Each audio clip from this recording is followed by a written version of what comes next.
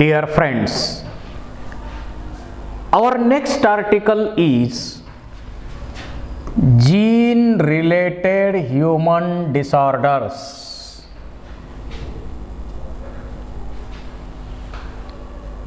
आपण इथं जीन मध्ये होणाऱ्या म्युटेशनमुळं ज्या डिसऑर्डर होणार त्याचाही स्टडी करणार आहे आणि त्यानंतर क्रोमोसोमल डिसऑर्डरचा पण स्टडी आपण करणार आहोत. सुरुवातीला जीन मध्ये म्युटेशन्स होऊन ज्या डिसऑर्डर होतात, सिंगल जीन मध्ये म्युटेशन होऊन ज्या डिसऑर्डर होतात त्यांचा आपण स्टडी करू. आणि या जेनेटिक डिसऑर्डर एका जनरेशन कडून पुढच्या जनरेशन कडे ट्रान्समिट होतात, त्यांना म्हणायचं मेंडेलियन डिसऑर्डर्स. आणि यामधलं महत्त्वाचं पहिलं एक्झाम्पल आहे sickle sailed anaemia.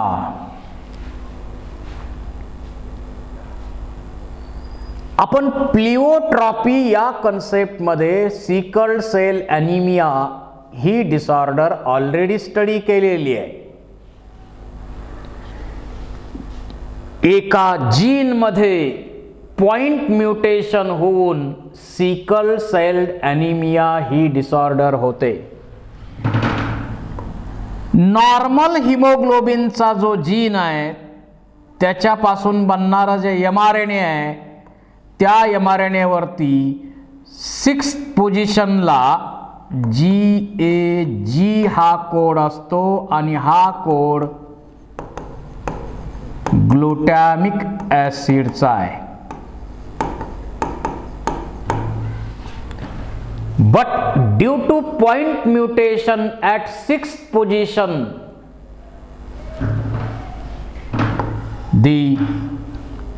instead of GAG, the code will be GUG and it codes valine.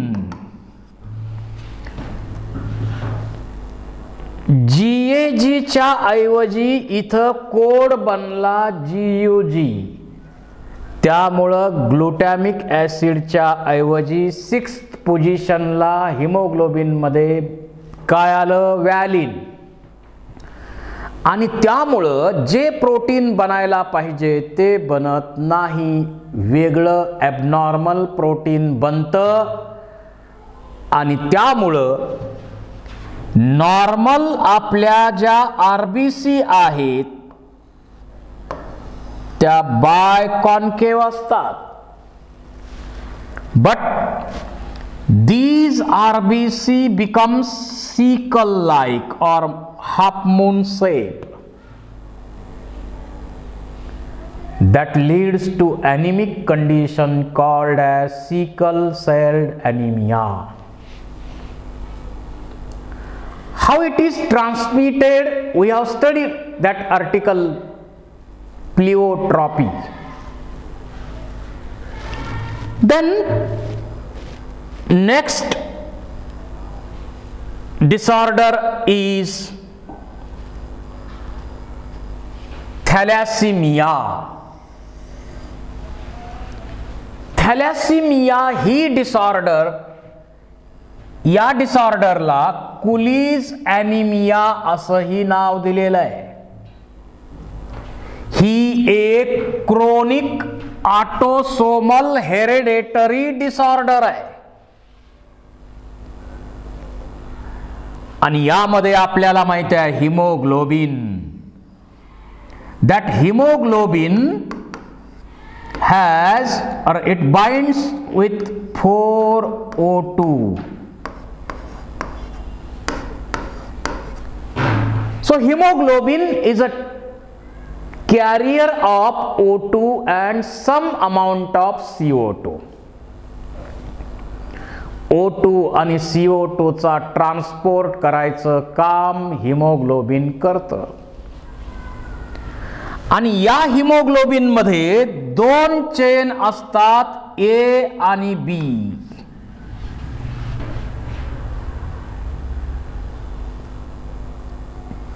Globin chain इथं असतात, हिमोग्लोबिन ए आणि बी. आणि या प्रत्येक चेन मध्ये अल्फा चेन, ए आणि बी मध्ये अल्फा चेन आणि बीटा चेन्स असतात. The gene of alpha chain is present on chromosome number 16 while gene of beta chain present on chromosome number 11. आणि जर या अल्फा चेनच्या जीन मध्ये डिफेक्ट निर्माण झाला तर अल्फा थॅलॅसिमिया डिसऑर्डर होणार. आणि बीटा चेन मध्ये जर डिफेक्ट असेल, बीटा चेनच्या जीन मध्ये डिफेक्ट असेल तर बीटा थॅलॅसिमिया ही डिसऑर्डर होणार, बीटा थॅलॅसिमिया होणार. आणि त्याचा परिणाम काय होतो इथं पाहिलंय आपण. अल्फा चेन मध्ये डिफेक्ट असेल तर अल्फा थॅलॅसिमिया, आणि बीटा चेनच्या जीन मध्ये डिफेक्ट असेल तर बीटा थॅलॅसिमिया. त्याचा परिणाम काय होतो? That results in excessive destruction of RBC and further it leads to anemia. प्रमाणापेक्षा जास्त आरबीसीचं डिस्ट्रक्शन होतं, ब्रेकडाऊन होतं आणि त्यामुळं ॲनेमिक कंडिशन त्यामध्ये पाहायला मिळते. That leads to anaemia. इथं आपण पाहिलं तर लक्षात येईल, दीज आर नॉर्मल आरबीसीज. या नॉर्मल आरबीसी आहेत आणि जास्त डिस्ट्रक्शन झालेल्या आरबीसी इकडे दिसत आहेत. मोठ्या प्रमाणावर डिस्ट्रक्शन आरबीसीचं होतं आणि त्या पर्सन मध्ये ॲनेमिक कंडिशन निर्माण होते. पर्याय काय? पर्याय काय? आता ही तर जेनेटिक डिसऑर्डर आहे. पर्याय काय? इथं फोटोग्राफ मध्ये आपण पाहिलंय, थॅलॅसिमिया डिसऑर्डर असलेले हे छोटे छोटे दिसत आहेत. याच्यावर पर्याय काय? तर पर्याय इथं फोटोग्राफ दाखवलाय त्यात पर्याय दिसतो.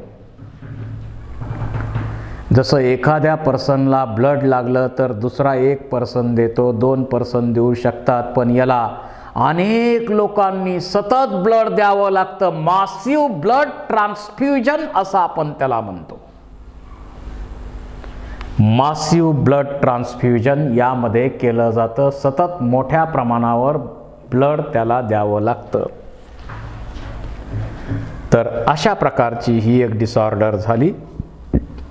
त्यानंतर नेक्स्ट टाइप अल्काप्टोन्युरिया.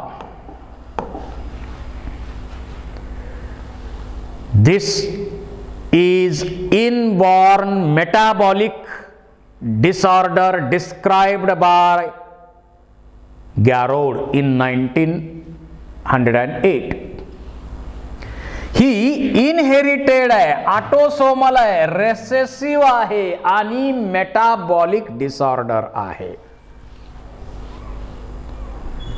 जसं आपल्यामध्ये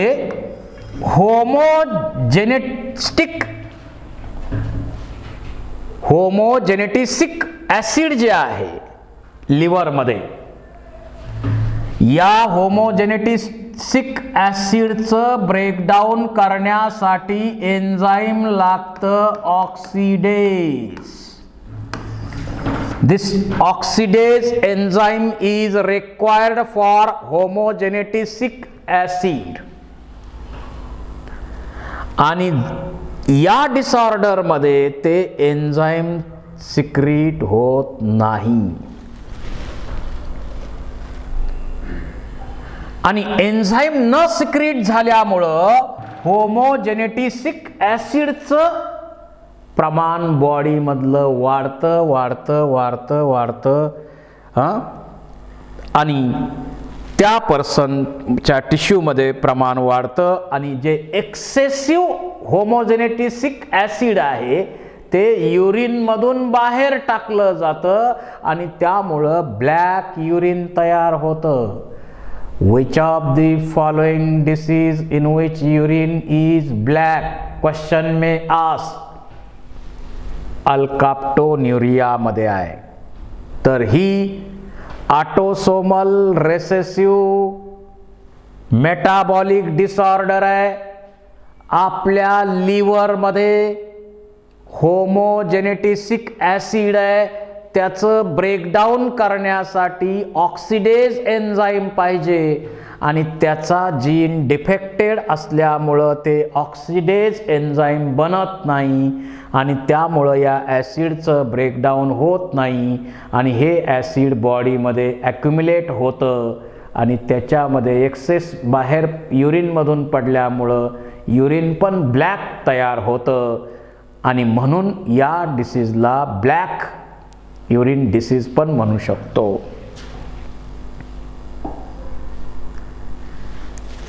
त्यानंतर नेक्स्ट डिसऑर्डर फिनिल कीटोन्युरिया.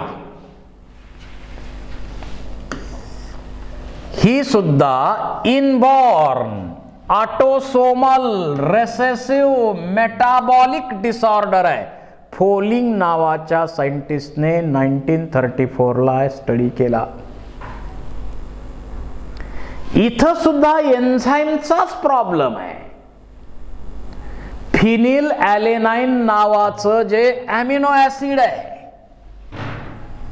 त्या ॲमिनो ॲसिडचं कन्व्हर्जन टायरोसिन मध्ये करण्यासाठी हायड्रोझायलेज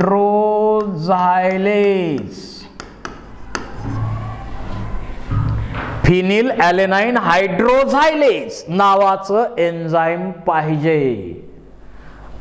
परंतु हे एन्झाईम जर तयार झालं नाही, त्या एन्झाईम बनवणारा जीन जर डिफेक्टेड असेल तर एन्झाईम तयार होणार नाही. बरं, फिनिल ॲलेनाइनचं कन्व्हर्जन टायरोसिन मध्ये होतं. टायरोसिन ॲमिनो ॲसिड आहे. हे ॲमिनो ॲसिड कशाला लागतं? Tyrosine is essential for production of और सिंथेसिस ऑफ थायरॉक्सिन. आपल्या थायरॉइड ग्लँडमध्ये थायरॉक्सिन नावाचं हॉर्मोन तयार करण्यासाठी टायरोसिन ॲमिनो ॲसिड पाहिजे आणि फिनिल ॲलेनाइन पासून टायरोसिन बनवण्यासाठी हायड्रोझायलेज एन्झाईम पाहिजे आणि जर त्या हायड्रोझायलेजचा जीन डिफेक्टेड असेल तर हे एन्झाईम तयार होत नाही. त्यामुळं फिनिल ॲलेनाइनचं कन्व्हर्जन टायरोसिनमध्ये होणार नाही आणि त्यामुळं फिनिल ॲलेनाइनचं पर्सेंटेज वाढणार आणि फिनिल ॲलेनाइन हे टायरोसिनच्या ऐवजी फिनिल पायरुविक ॲसिडमध्ये कन्वर्ट केलं जातं.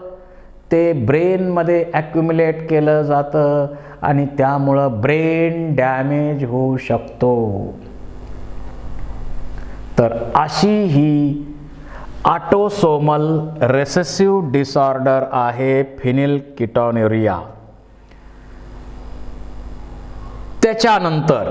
त्याच्यानंतर सिस्टिक फायब्रोसिस. सिस्टिक फायब्रोसिस ही सुद्धा ॲबनॉर्मल रेसेसिव्ह डिसऑर्डर आहे. इन्फंट किंवा चिल्ड्रनमध्ये किंवा यंग ॲडल्टमध्ये रेसेसिव्ह ऑटोसोमल डिसऑर्डर आहे की याचा जीन जो आहे तो क्रोमोसोम नंबर 7 वरती असतो. याचं नाव फायब्रोसिस आहे, म्हणजे फायब्रोसिस्ट ॲपियर होतात. ज्या वेगवेगळ्या बॉडीच्या डक्ट आहेत त्या डक्टमध्ये थिक म्युकसमुळं फायब्रोसिस होतं. आणि या हा जीनचा डिफेक्ट आहे. जीनमध्ये डिफेक्ट आल्यामुळं इथं ग्लायकोप्रोटीन बनतात आणि त्याचबरोबर थिक म्युकस पण बनतो.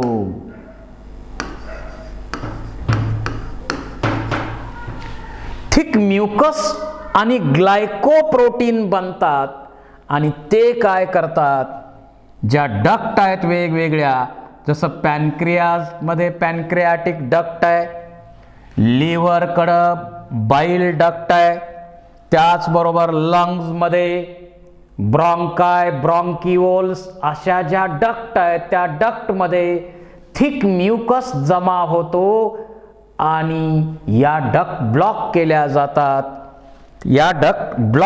जातात. अशी ही डिसऑर्डर म्हणजे सिस्टिक फायब्रोसिस. या डिसऑर्डरचा जो पेशंट आहे त्याच्यामध्ये very high level of NaCl आणि म्हणजे स्वेटिंगमध्ये NaCl भरपूर जातं आणि क्लोराईड आयनच्या ट्रान्सपोर्टवरती परिणाम या डिसऑर्डरमध्ये होतो. अशी ही सिस्टिक फायब्रोसिस नावाची डिसऑर्डर याप्रमाणे. त्यानंतर आणखी एक डिसऑर्डर इथं आपण स्टडी करणार आहोत, डुकने मस्क्युलर डिस्ट्रॉफी. आपल्याला माहिती आहे मसलमध्ये, व्हॉलंटरी मसलमध्ये विशेषतः मसलमध्ये ॲक्टिन,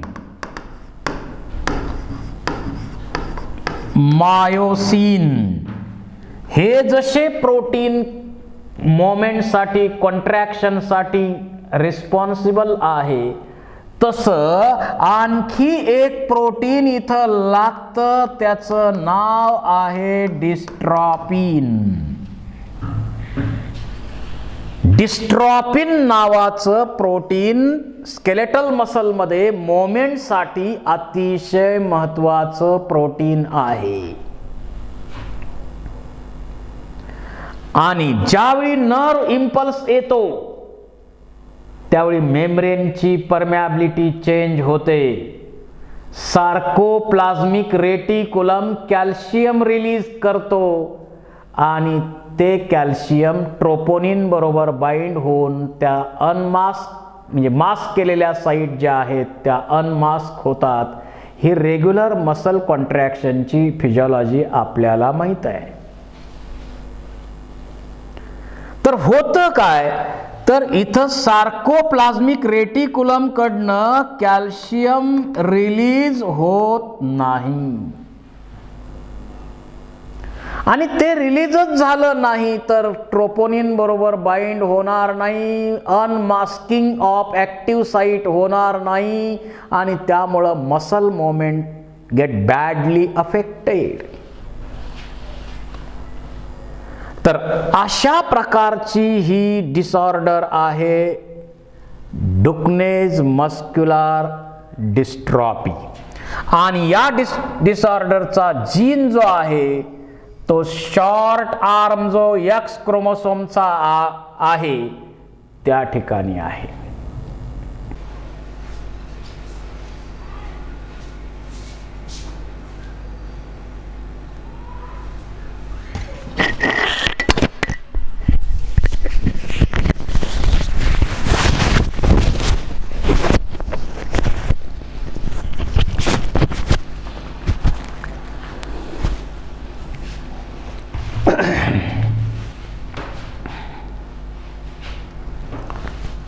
Our next article is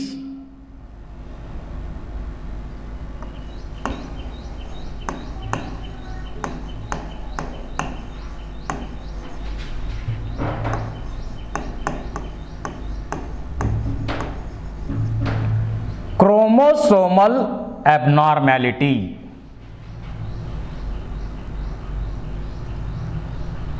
gene mutation मुळे होणाऱ्या डिसऑर्डरचा आपण स्टडी केला. आता क्रोमोसोमल काही चेंजेस झाले, क्रोमोसोमल ॲबनॉर्मॅलिटीज आपल्यामध्ये ज्या आहेत त्यापैकी काही इथं आज आपण स्टडी करणार आहोत. पण या क्रोमोसोमल डिसऑर्डर होण्याची कारणं काय काय आहेत? आपल्याला माहिती आहे मियोसिस ही सेल डिव्हिजन,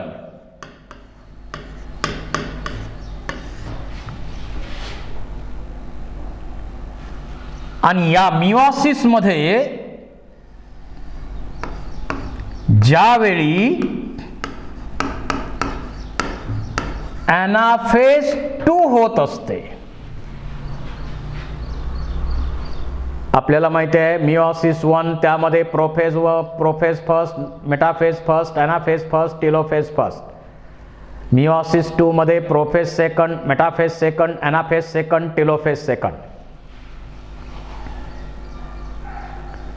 त्यावेळी होतं काय, प्रोफेज ॲनाफेज सेकंडच्या दरम्यान काय होत असतं, नेहमी काय होतं ते अगोदर आपण विचारात घेऊ. हा समजा एक क्रोमोसोम आणि डुप्लिकेट होऊन हा बनलेला आणखी एक क्रोमोसोम. ॲनाफेज 2 च्या दरम्यान यामध्ये सेंट्रोमियर स्प्लिट होतो आणि 2 डॉटर क्रोमोसोम वेगळे होतात, आणि मग एक डॉटर क्रोमोसोम या सेलकडे गॅमेटमध्ये जाईल, एक डॉटर क्रोमोसोम दुसऱ्या गॅमेटमध्ये जाईल. या प्रोसेसला आपण म्हणतो डिसजंक्शन.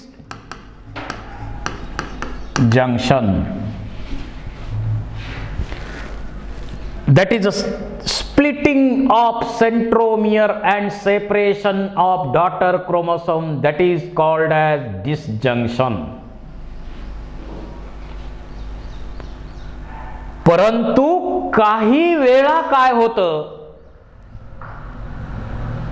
हे जे क्रोमोसोम्स आहेत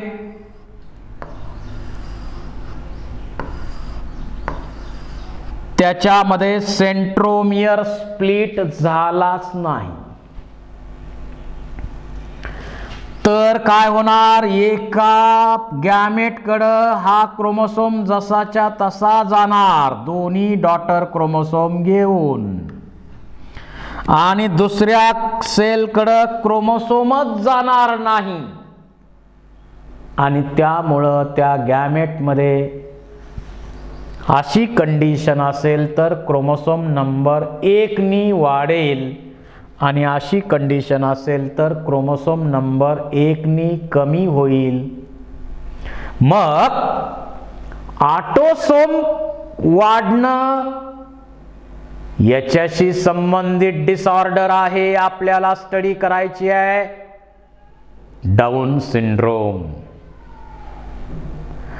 आणि सेक्स क्रोमोसोम वाढणं किंवा कमी होणं याच्याशी संबंधित डिसऑर्डर स्टडी करायचे आहेत, क्लीनफिल्टर सिंड्रोम आणि Turner syndrome.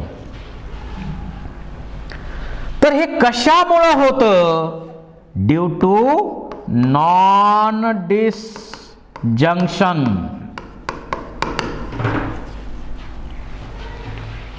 Non-disjunction of chromosome at the time of gamete formation.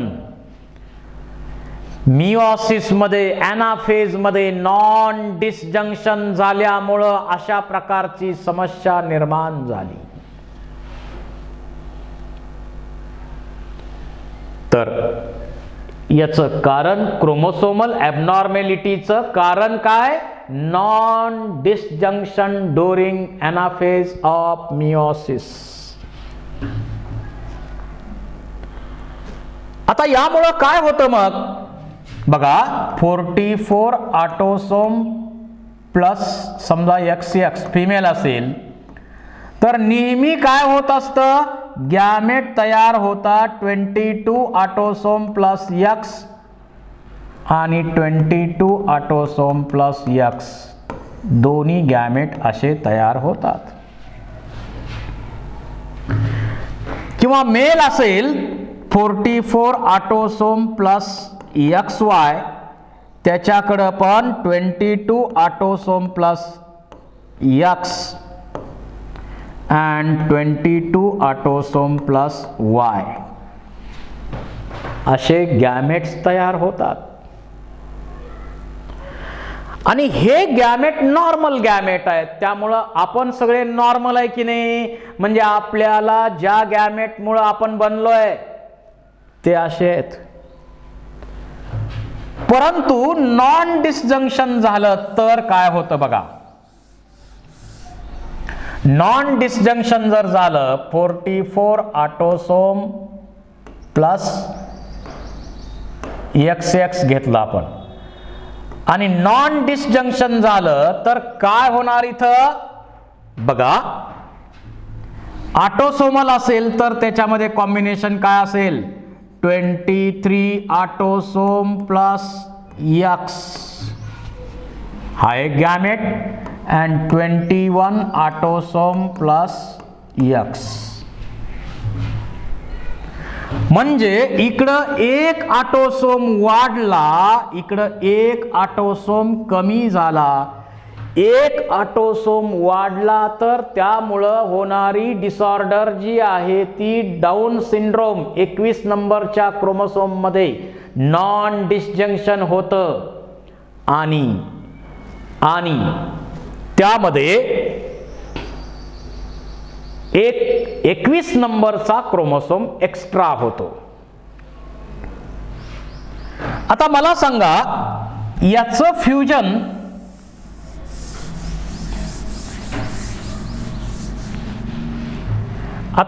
Fusion जर नॉर्मल दुसऱ्या गॅमेट बरोबर झालं, 22 ऑटोसोम, समजा इथं 44 ऑटोसोम प्लस XX असा असेल तर इथं काय समजा गॅमेट बनणार 22 ऑटोसोम प्लस X. आणि अशा दोन गॅमेटचं युनियन झालं तर काय होणार आहे, 45 ऑटोसोम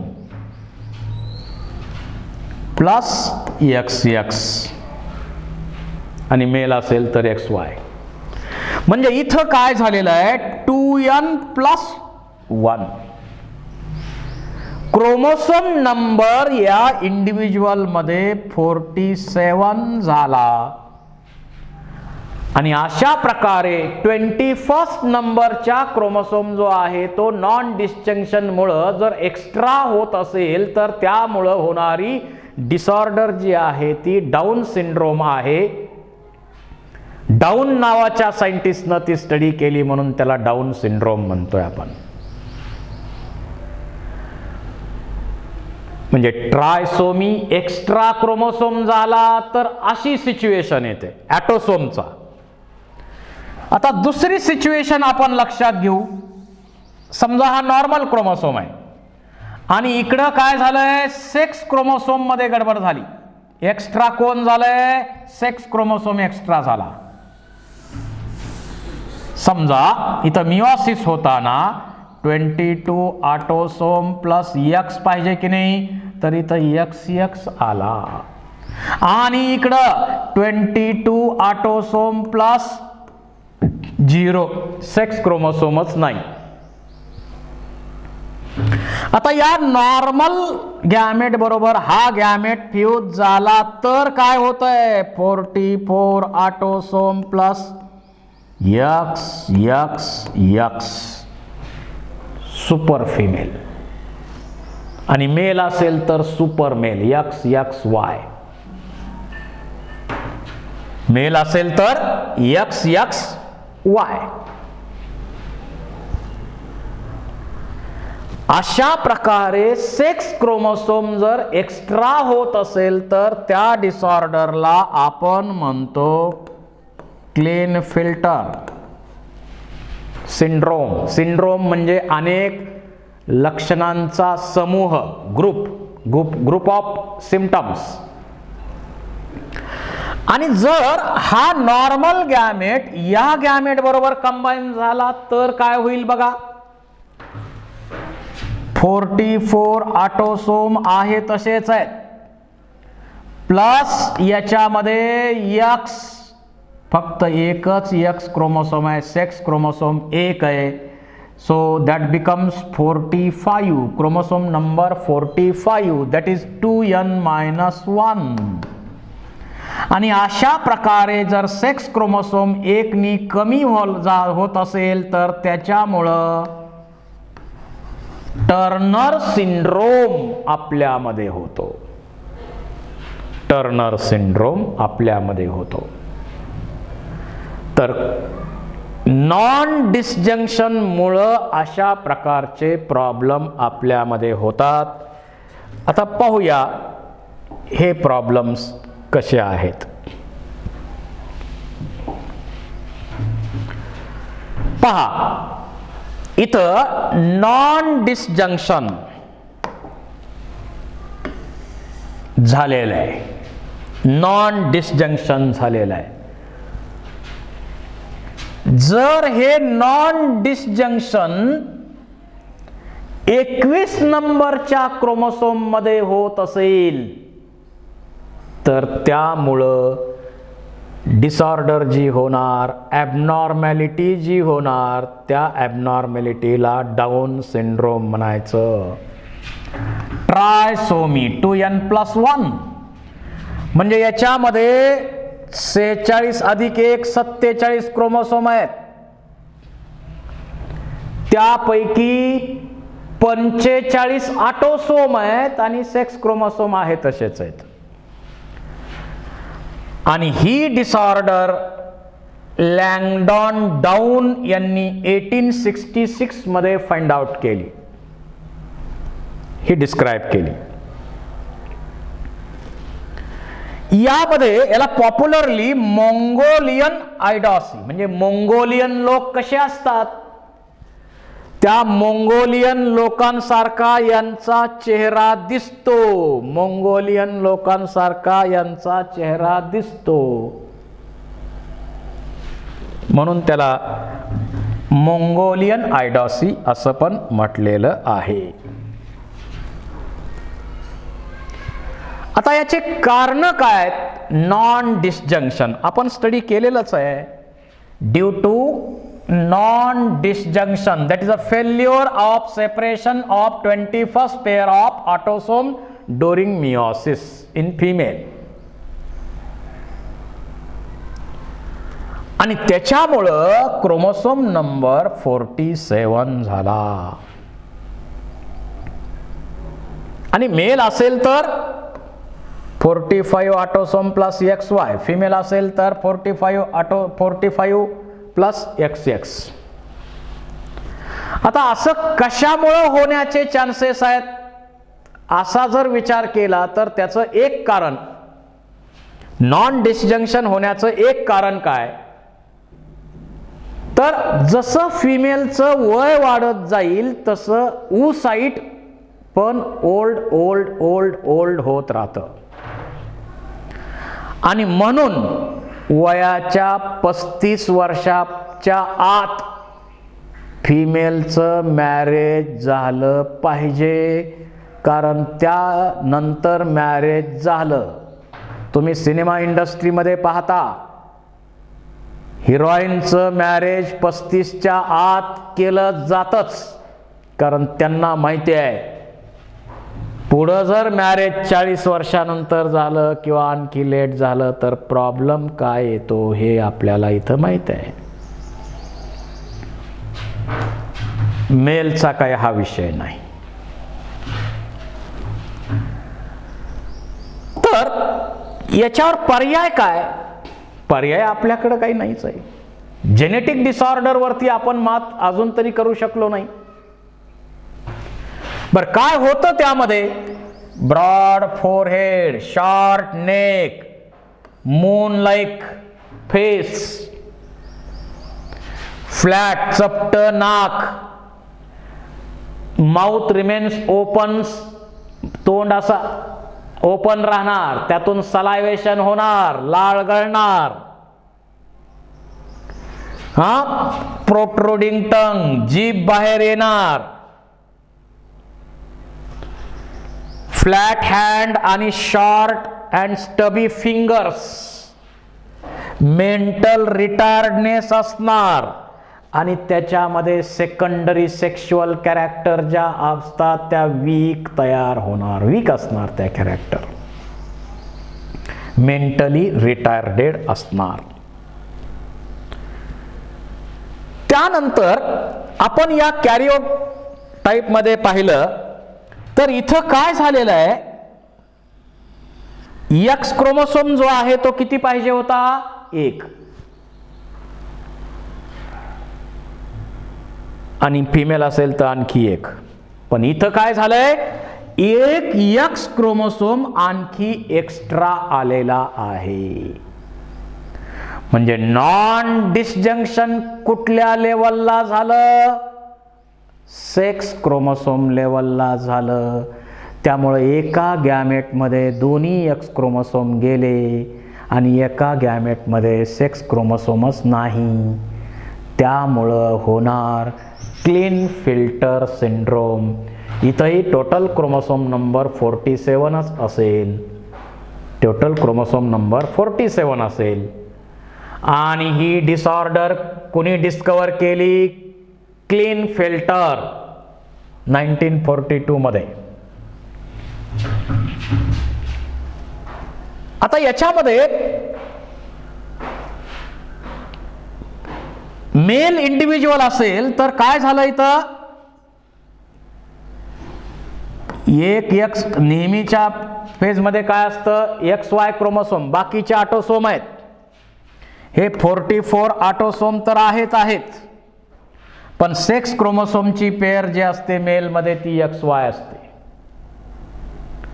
पण नॉन डिसजंक्शन झाल्यामुळं इथं X म्हणजे आणखी 1 एक्स क्रोमोसोम इथं ऍड झाला.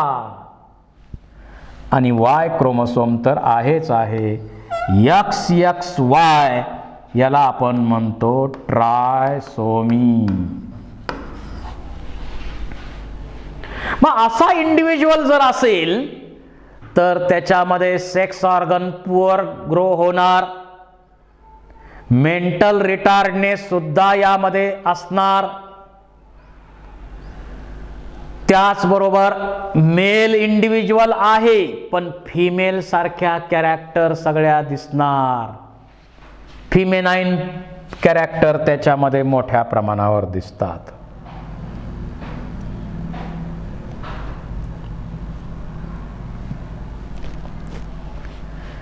फिमेनाईन कॅरेक्टर त्यामध्ये मोठ्या प्रमाणावर दिसतात. म्हणजे मेल असतील तर ते स्टराईल आहे, त्यामध्ये सेक्स ऑर्गन पुअर डेव्हलप झालेले आहेत, त्यामुळे स्पर्मॅटोजेनेसिस होणार नाही. फिमेनाईन कॅरेक्टर जास्तीत जास्त त्याच्यामध्ये दिसणार. म्हणजे आपण काही ठिकाणी पाहतो इंडिव्हिज्युअल मेल असतात पण वागतात फिमेल सारखं.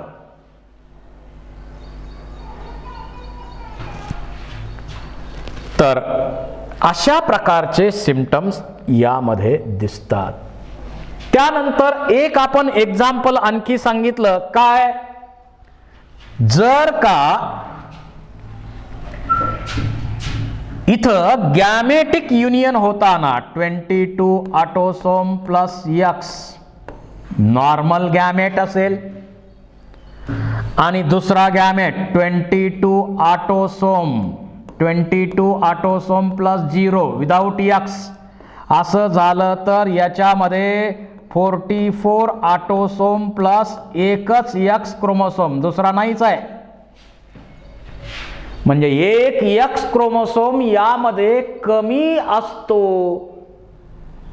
त्यामुळं क्रोमोसोम नंबर किती झाला, 45 झाला, 2n-1. याला आपण म्हणतो मोनोसोमी. आणि हा प्रॉब्लेम पहिला कोणी डिस्कवर केला तर टर्नर नावाच्या सायंटिस्टनं 1938 मध्ये केला. आता का होतं तर non disjunction in XX chromosome, यामुळं हा प्रॉब्लेम होतो आणि त्यामुळं क्रोमोसोम नंबर 45 होतो आणि यामुळं प्रॉब्लेम पुढं काय होतात, सिम्पटम्स तर आपल्याला माहित आहेत. स्टराईल असणार आहे, एक्सटर्नल ॲपियरन्स जो आहे फिमेलनेस जास्त आहे, पुन्हा सेक्स ऑर्गन तेवढे व्यवस्थित डेव्हलप झालेले नसतात, मेन्स्ट्रुअल सायकल प्रॉपर त्यामध्ये नसतं, चालूच होत नाही. मेंटली त्याच्यामध्ये वीकनेस असतो पण कमी मेंटली फिट आहे, ते लिमिटेड इंटेलिजन्सी आहे त्याच्यामध्ये. मॅमरी ग्लँड वगैरे त्या डेव्हलप तेवढ्या प्रॉपर होतच नाहीत, म्हणजे सेकंडरी सेक्शुअल कॅरेक्टर पण proper develop. Mutation,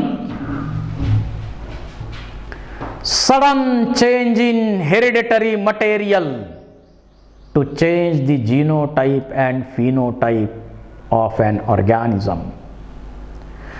genetic material मध्ये अचानक होणारे बदल म्हणजे म्युटेशन आणि त्याच्यामुळं जीनोटाइप पण बनतो, फिनोटाइप पण बदलतो. आणि रिकॉम्बिनेशन बरोबरच म्युटेशन हे सुद्धा एक कारण दिलेलं आहे. कशाचं? व्हेरिएशनचं. व्हेरिएशनचं ते एक कारण आहे.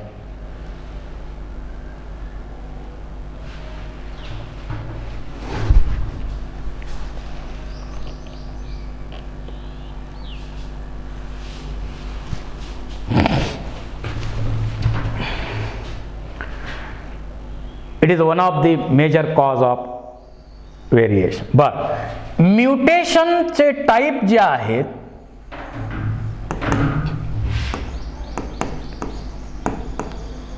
Gene mutation and chromosomal mutation. आता क्रोमोसोमल म्युटेशन मध्ये क्रोमोसोमचा नंबर कमी जास्त होणं, क्रोमोसोमचा एखादा पीस कमी होणं, ॲडिशन डिलिशन, यामुळं क्रोमोसोमल म्युटेशन होतात. जीन म्युटेशन मध्ये पुन्हा टाईप केलेले आहेत. एका जीन मध्ये जर बदल झाला तर त्याला जीन म्युटेशन आपण म्हणतो. यामध्ये पॉइंट म्युटेशन ऑलरेडी आपण स्टडी केलाय. Sickle sale anaemia,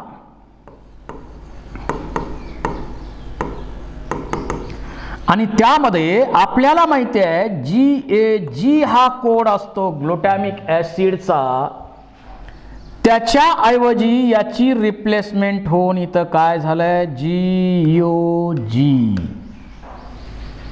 it codes व्हॅलिन. एका कोडमध्ये एका बेसमध्ये बदल झाला तर त्याला आपण म्हणतो पॉइंट म्युटेशन आणि यामुळं वेगळंच प्रोटीन तयार होतं आणि सिकल सेल ॲनिमिया ही डिसऑर्डर होते.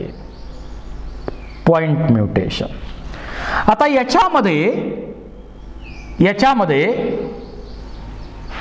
जर प्युरिनची रिप्लेसमेंट होऊन प्युरिनच ॲड झालं तर त्याला ट्रान्सफॉर्मेशन म्हणायचं आणि प्युरिनची रिप्लेसमेंट होऊन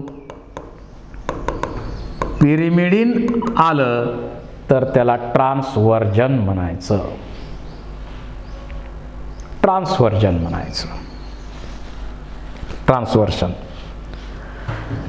त्याच्यानंतर सेकंड टाइप आहे frame shift mutation. Frame shift mutation, एखादं बेस ॲड होणं किंवा एखादं बेस डिलीट होणं अशा प्रकारचे म्युटेशन होत असतील तर त्याला म्हणतो आपण फ्रेमशिफ्ट म्युटेशन. जसं एक्झाम्पल आपल्याला याचं example molecular basis of inheritance मध्ये हा कन्सेप्ट दिलेला आहे. तिथं example Ram has red cap हे एक्झाम्पल तिथं दिलेलं आहे. आता हे तीन लेटर एकत्र दिसत आहेत म्हणजे 3चा एक जेनेटिक कोड गृहीत धरा. इथं समजा एक लेटर ऍड झालं तर काय होईल? Ram has BRE B letter add झालं इथं BRE आणि त्याच्यानंतर DCA आणि शेवटी P. ॲबनॉर्मल झालं इथं. आणखी एक लेटर ऍड झालं तर राम हॅज BI R झालं इथं BIR. त्यानंतर मग EDC आणि AP हे कोड वेगळे झाले. आणखी बदल झाला. आणखी एक लेटर ऍड झालं तर काय होईल? Ram has BIG red cap. Ram has big red cap. म्हणजे नवीनच कॉम्बिनेशन अशा प्रकारे बनतात. मग लेटर ऍड होणं किंवा लेटर डिलीट होणं अशा टाईपच्या म्युटेशनला आपण म्हणतो frameshift mutation. So this is about mutation. Dear friends, the last article of this chapter is pedigree analysis. एखाद्या कुटुंबाच्या वंशावळीचा अभ्यास करणे म्हणजे पेडिग्री एनालिसिस. जसं आपण काही जणांच्या घरी गेल्यानंतर तिथं आमच्या प्रत्येक पिढीमध्ये कोण कसे अस्तित्वात आले याचा एक ट्री डायग्राम त्यांनी काढलेला असतो. त्याचप्रमाणे एखाद्या राजवाड्यामध्ये गेल्यानंतर कोणत्या काळात कोणती पिढी होती आणि पुढच्या पिढ्या कशा कशा अस्तित्वात आल्या याचाही पेडिग्री चार्ट तिथं असतो. वंशावळीचा चार्ट त्या ठिकाणी पाहायला मिळतो. तशाच प्रकारे आपल्याला इथं पेडिग्री एनालिसिस करायचं आहे. याच्यासाठी सिम्बॉल कोणकोणते यूज करायचे? जर असं प्लेन सर्कल असेल न भरलेलं तर नॉर्मल फिमेल असेल आणि जर असं भरलेलं डार्क केलेलं सर्कल असेल तर अफेक्टेड फिमेल असणार. त्यानंतर असा चौकोन असेल नॉर्मल तर नॉर्मल मेल असणार आहे आणि जर तो फिल केला असेल तर अफेक्टेड मेल असणार तो. आणि असं केलं असेल तर याचा अर्थ sex unidentified, neither male nor female. अशा इंडिव्हिज्युअल साठी हा सिम्बॉल वापरला जातो. त्यानंतर मेल आणि फिमेलचं मेटिंग दाखवायचं असेल, मॅरेज दाखवायचं असेल तर अशा प्रकारचा सिम्बॉल यूज केला जातो. आणि क्लोज फॅमिलीमध्ये मॅरेज दाखवायचं असेल तर अशा प्रकारचा सिम्बॉल यूज केला जातो. इथं काय प्रत्येक वेळी अफेक्टेड असेल अशातला भाग नाही, पण एक मॅरेज बिटवीन क्लोज रिलेटिव्स असे काही किंवा आणखी काही सिम्बॉल आहेत. आपल्याला काही एवढी गरज नाही आहे.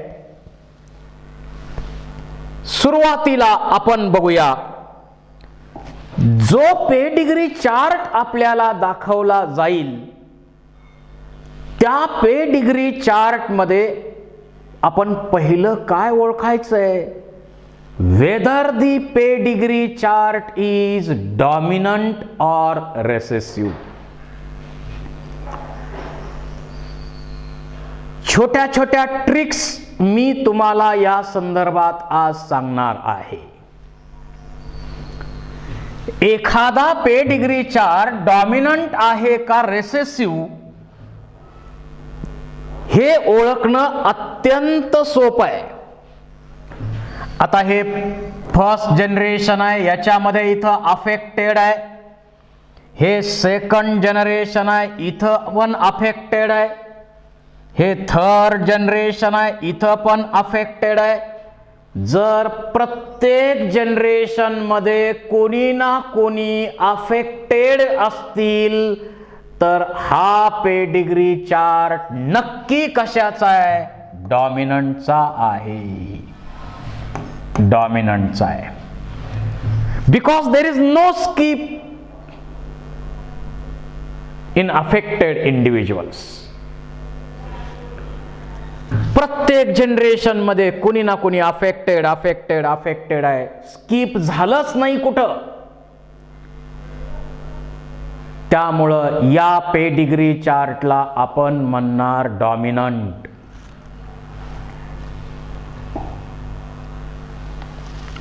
आता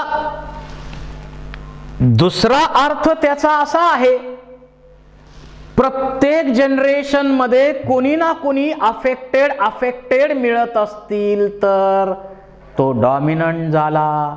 पण एखादं जनरेशन जर अफेक्टेड इंडिव्हिज्युअलचा स्किप केलं गेलं तर त्याला आपण रेसेसिव्ह म्हणतो. जसं हे कसं आहे, फर्स्ट जनरेशन कसं आहे, फर्स्ट जनरेशन नॉर्मल आहे. इथं काही अफेक्टेड आहे का, नाही. इथं सेकंड जनरेशन कसं आहे, अफेक्टेड आहे. थर्ड जनरेशन कसं आहे, अफेक्टेड आहे. पण कुठं ना कुठं काय झालंय, अफेक्टेड इंडिव्हिज्युअल स्किप झाले. So affected individual skip in this generation. जर एखाद्या जनरेशन मध्ये अफेक्टेड इंडिव्हिज्युअल स्किप झाले, नाही मिळाले, तर अशा प्रकारच्या पेडिग्री चार्टला म्हणायचं रेसेसिव्ह. रेसेसिव्ह म्हणजे पहिलं तर झालं डॉमिनंट आहे तो पेडिग्री चार्ट का रेसेसिव्ह आहे पेडिग्री चार्ट. प्रत्येक जनरेशन मध्ये कोणी ना कोणी अफेक्टेड मिळालं तर डॉमिनंट, आणि स्किप केलं एखादं जनरेशन तर रेसेसिव्ह. साधा सरळ हा फॉर्म्युला आहे. अतिशय सोपी ट्रिक तुम्हाला मी सांगितलेली आहे. सेकंड पेडिग्री चार्ट मध्ये आणखी एक कन्सेप्ट इथं स्टडी आपल्याला करायचा आहे, आणि तो म्हणजे वेदर इट इज ऑटोसोमल और सेक्स लिंक्ड.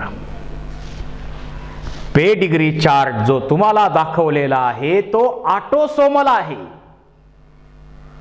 का सेक्स लिंक्ड आहे. एखादी डिसऑर्डर, जसा आपण ऑटोसोमल डिसऑर्डरचा स्टडी केलाय, सेक्स लिंक्ड डिसऑर्डरचा स्टडी केलेला आहे याच्यापूर्वीच, पण त्या डिसऑर्डर पेडिग्री चार्टच्या साहाय्यानं कशा ऑब्झर्व करायच्या. whether it is autosomal or sex linked. This is an example asked in PMT paper 2015. PMTच्या पेपरमध्ये 2015 मध्ये हा MCQ विचारलेला आहे आणि मी तोच इथं घेतलेला आहे. आता बघा, हे फर्स्ट जनरेशन आहे, हे सेकंड जनरेशन आहे, हे थर्ड जनरेशन आहे, इथं फोर्थ जनरेशन पर्यंत आपण पाहतोय. जर इथं फॉर्म्युला काय, ज्या अफेक्टेड फिमेल आहेत या अफेक्टेड फिमेलचे पॅरेंट जर अफेक्टेड असतील तर त्याला आपण म्हणतो सेक्स लिंक्ड, आणि अफेक्टेड फिमेलचे पॅरेंट जर नॉर्मल असतील तर त्याला आपण काय म्हणतो, ऑटोसोमल. साधा सरळ फॉर्म्युला आहे, अतिशय सिंपल ट्रिक आहे. ज्या अफेक्टेड डॉटर्स आहेत त्या डॉटरचे पॅरेंट जर अफेक्टेड असतील तर सेक्स लिंक्ड, आणि नॉर्मल असतील तर ऑटोसोमल. आता इथं जे एक्झाम्पल दिलंय, अफेक्टेड डॉटरचे पॅरेंट अफेक्टेडच आहेत, म्हणजे तसा तर हा सेक्स लिंक्ड पाहिजे. इथं स्किप झालंय का, पण एवढाच विचार नाही, खाली बघा, हे जनरेशन स्किप झालेलं आहे. There is no affected individual in third generation.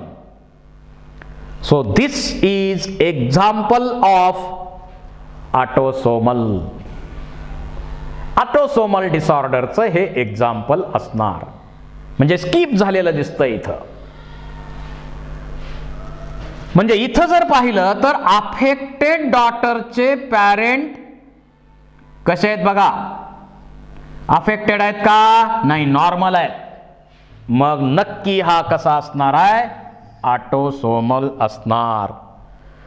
आणि शेवटी आपल्याला या ठिकाणी एक स्टडी आणखी करायचा आहे, सेक्स लिंक्ड. यामध्ये आपण सांगितलंय अफेक्टेड डॉटरचे पॅरेंट जर अफेक्टेड असतील तर त्याला आपण म्हणणार सेक्स लिंक्ड. आता सेक्स लिंक्ड मध्ये एक्स लिंक्ड असतील,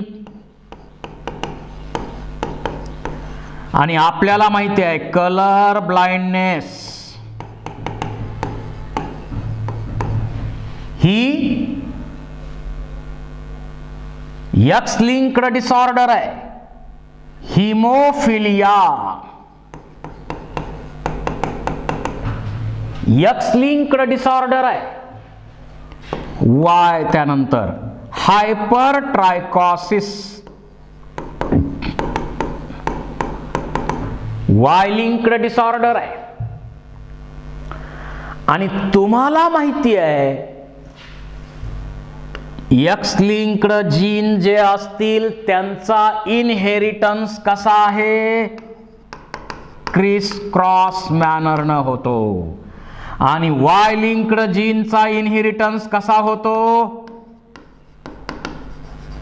स्ट्रेट मॅनरनं होतो. आपण यापूर्वीच यांचा स्टडी केलेला आहे. क्रिसक्रॉस मॅनर म्हणजे father to grandson through carrier daughter. तर एखादा पेडिग्री चार्ट आपल्याला एक्झाम मध्ये विचारला जाऊ शकतो आणि त्या चार्ट मध्ये तो डॉमिनंट आहे का रेसेसिव्ह हे विचारलं जाऊ शकतं, किंवा ऑटोसोमल आहे का सेक्स लिंक्ड आहे हे पण विचारलं जातं. अशा प्रकारे पेडिग्री ॲनालिसिसवर आपल्याला एखादा क्वेश्चन विचारला जाऊ शकतो. This is a simplified way of pedigree analysis. Now this is the end of big chapter principles of inheritance and variation. Thank you very much.